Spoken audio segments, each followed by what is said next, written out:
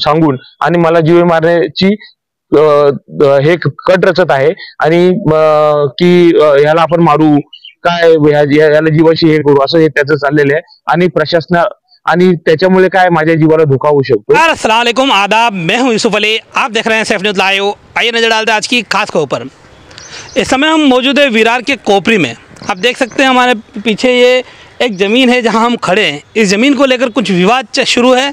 ये ज़मीन है सर्वे नंबर 102/2 और 110/2, 110/3।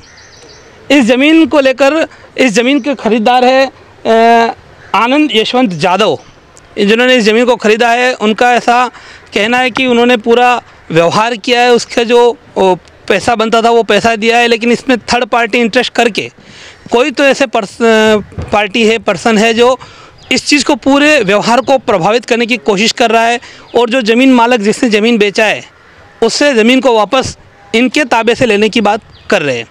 अब जब वो उनका मामला पुलिस में नहीं टिका और कानूनी तौर पर कहीं, क्योंकि इनके पास सभी डॉक्यूमेंट है, इसका ऐसा इनका दावा है कि उनका मामला कहीं नहीं टिकते दिखा, तो अंत में नौबत ये आ गई कि अब आनंद जाधव को जो है वाया मौत मारने की, जान से मारने की धमकी दी जा रही है।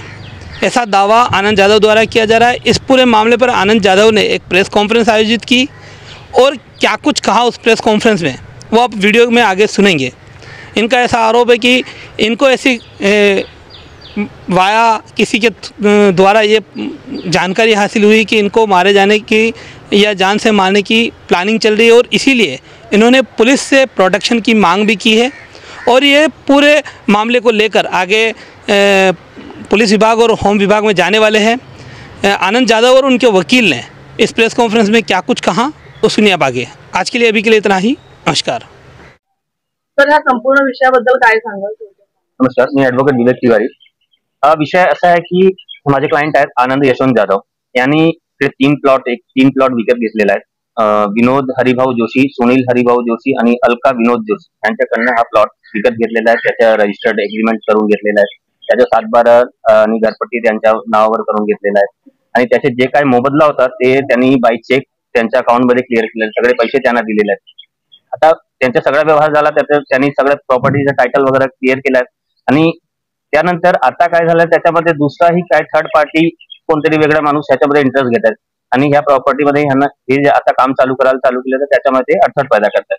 त्यानंतर आम्हाला जेव्हा ही विषय माहिती पडला तेव्हा आम्ही 15/5/2024 रोजी विरार पोलीस स्टेशनमध्ये ह्याची तक्रार दिलेली आहे। तक्रार दिल्यानंतर आम्हाला पोलीस स्टेशनमध्ये बोलवला, आम्ही तिकडे गेले आणि पीआय साहेब होते त्यांच्यासोबत आणि ते विनोद जोशी लोकांच्या साईडने काहीतरी माणसं आले होते, ते सगळ्यांसोबत आम्ही आमचे ओरिजिनल डॉक्युमेंट दाखवले, सगळे एग्रीमेंट जे काय झाले, जे काय पेमेंटचे आमच्या शेड्यूल जे आम्ही दिलेले आहेत सगळं त्यांना दाखवलं। त्यानंतर पीआय साहेबांनी पोलिसांना इथले प्लॉटवर पाठवला आणि प्लॉटवर सगळ्या पोलिसांनी बघून आम्हाला जे आमचे ताबा होते ते कन्फर्म करून गेले। आता त्याच्यामध्ये विषय असा आहे की माझे जे क्लायंट आहेत आनंद जाधव यांना इकडून तिकडून धमक्या येतात, जीव ठार मारण्याच्या धमकी वगैरे सगळे। बाकी काय तुम्हाला हे व्यवस्थित सगळं डॉक्युमेंट वगैरे दाखवून सांगते। आनंदजी, काय सांगाल? तुम्हाला धमक्या येत आहेत, तुम्हाला कोणावर संशय आहे आणि काय प्रकार आहे? नमस्कार, माझं नाव आनंद यशवंत जाधव, मी इकडचा रहिवासी आहे चंदनसर कोपरीचा। मी सर्वप्रथम विरार विनोद हरिभाऊ जोशी, सुनील हरिभाऊ जोशी यांना मी भेटून त्यांच्याबरोबर एक जमिनीचा व्यवहार केला। एक 10 गुंठ्याची जमीन होती, त्यांचा आमचा जेवढं लिगली रेडी रेग्युलर प्रमाणे पेमेंट जाते ते पेमेंट करून मी 7/12 पहिले नावावर करून घेतला 10 गुंठ्याचा। त्याच्यानंतर त्यांना माझा व्यवहार पटल्यामुळे त्यांनी माझ्याबरोबर दुसरा लगेच व्यवहार केला 2-3 महिन्यामध्ये, एक 3 गुंठ्याचा, 3.5 गुंठ्याचा आणि 4 गुंठ्याचा व्यवहार, जो एने जागा आहे त्याचाही माझा 7/12 झालेला आहे। पूर्ण माझ्या नावावर दोन्ही प्रॉपर्टी झालेल्या आहेत। मी त्याचा एने टॅक्सही भरलेला आहे, लिगली जो गव्हर्नमेंटचा असतो तो। त्याच्यानंतर मी त्यांची गावठण जागा, म्हणजे ही जी जागा आहे ही गावठण हद्दीतली जागा आहे, अलका विनोद जोशी हिच्या नावाने आहे।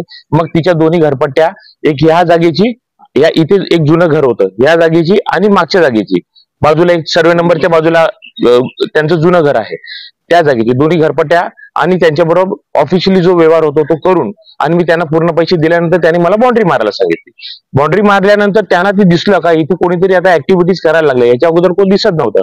त्याच्यानंतर ह्याच्यामध्ये बाजूला घर असलेला संतोष जोशी, त्याचा जावई योगेश वैद्य राहणार नालोसोपारा, त्यांनी त्यांना अप्रोच झाले गिरगावला जाऊन आणि त्यांना सांगितलं एवढे स्वस्तात तुम्ही कशी काय प्रॉपर्टी विकायला लागले, असं तसं करायला लागले.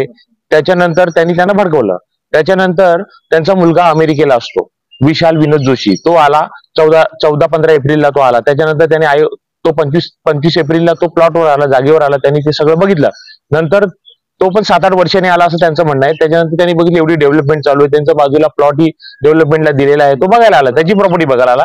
तर त्याला पण ह्या योगेश वैद्यांनी भडकवलं तर एवढ्या स्वस्त्यात प्रॉपर्टी दिली, आता तो इथे घर बांधणार आहे. मी ही जागा घर बांधण्यासाठी घेतलेली आहे, कुठेही आपल्याला बांधकाम वगैरे करायचं नाहीये, अनधिकृत करायचंच नाहीये. तर कसं आहे की मी जेव्हा ह्या गोष्टी करत असताना योगेश वैद्यांनी इथे अडथळा आणला. इथे काही राजकारणी लोकही आली. जेव्हा मी इथे कंटेनर माझा जेव्हा पोझिशन मी घेतली त्यावेळेस इथे त्या दिवशी कैलास पाटील आणि अग्रिसेनेचे पालघर जिल्हा अध्यक्ष आहेत ते आणि बाकीची लोक आली होती. मग त्यांनी मला सांगितलं का हे कसं करतात. मी बोललो माझ्याकडे ऑफिशियल पेपर आहेत. मग ते पोलीस स्टेशनला गेले. पोलीस स्टेशनला गेल्यानंतर पोलीस स्टेशनला PI साहेबांनी सगळे पेपर बघितले. पेपराची पूर्तता झाल्यानंतर त्यांनी सांगितलं का तुमचे पेपर योग्य आहेत. मग त्यांनी दुसऱ्या दिवशी शेतकऱ्यांना बोलवलं. शेतकरी गिरगावला राहतात, ते वयोवृद्ध असल्यामुळे त्यांना यायला जमलं नाही ताबडतोब. दुसऱ्या दिवशी आले. त्यांनी कुठलीही आम्ही बसतो पोलीस स्टेशनला. पोलीस स्टेशन बसल्यानंतर साहेबांसोबत त्यांनी मान्य केलं बाबा ही आम्ही रजिस्ट्री दिलेली आहे, ही जागा दिलेली आहे, हे पेमेंट घेतलेले. हा, त्याच्यामध्ये एक जो विषय होता का बाबा आम्ही त्यांच्या 7 घरपट्ट्या होत्या, 2 घरपट्ट्या मी घेतल्या, 5 घरपट्ट्यांची जागा अजून मी ती वेकेंट ठेवली, त्याच्यावर माझा कब्जाच नाही केलेला. सुरेश जोशी म्हणून कोणतरी आहेत, दादरला राहतात, तर त्यांचा तो प्लॉट आहे, तर तो मी घेतलेलाच नाहीये. दुसरी गोष्ट अशी की मी हे घेत असताना त्यांनी मग माझ्यावर प्रत्यारोप केले. मग पोलीस स्टेशनला ह्या सगळ्या गोष्टी झाल्या. समोर कैलास पाटील होते, ते आले. त्यांनी मग पोलीस स्टेशन मधले काही अधिकारी आले जागेवर का बाबा संबंधित बघा काय चालू आहे जागेवर. मग त्यांनी सगळं पूर्ण जागेचा पंचनामा केला, जागा बघितली. त्याच्यानंतर जी 5 घरपट्ट्या होते ती जागा बाजूला करून आणि पूर्णपणे आम्हाला ते सॅटिस्फाईड झाले शेतकरी का नाही बरोबर आहे हे. त्याच्यानंतर मग आम्ही आमचा ताबा घेतला आणि बाकीच्या सगळ्या गोष्टी केल्या.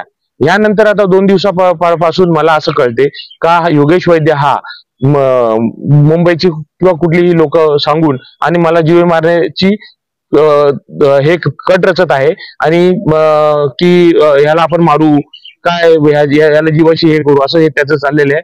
आणि प्रशासन आणि त्याच्यामुळे काय माझ्या जीवाला धोका होऊ शकतो. योगेश वैद्य हे सगळं जे करत आहे काय आहे त्यांचा हेतू काय आहे? त्यांचा इंटेन्शन असा आहे का बाजूला जी त्यांची जमीन आहे, त्यांची जमीन आहे 110 गुंठे जमीन आहे, त्याच्यापैकी मी घेतलेली बाकी जमीन त्यांची आहे, ती त्याला पाहिजे, त्याला पाहिजे किंवा त्याचे जे साथीदार असतील त्यांना पाहिजे असेल, बरोबर आहे.